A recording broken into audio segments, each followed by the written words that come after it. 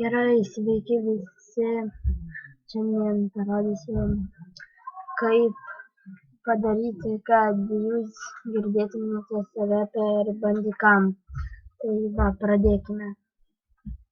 Pirmą nueiname į bandicam. Atsiprašau, stringa. Tai paskiau nueiname į videos. Paspaudžiame settings. Čia turi būti pažymėta varnelė. Paspaudžiate, kur matosi Win7 Sounds, pasirenkate patį pirmą.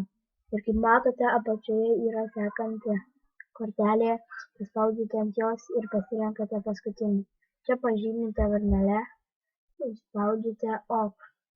Tai ir va, pradėkit filmuoti ir ką, sėkmės. Bandysiu toliau kurti naujus video su bandicam. Ačiū, kad žiūrėjot. Like.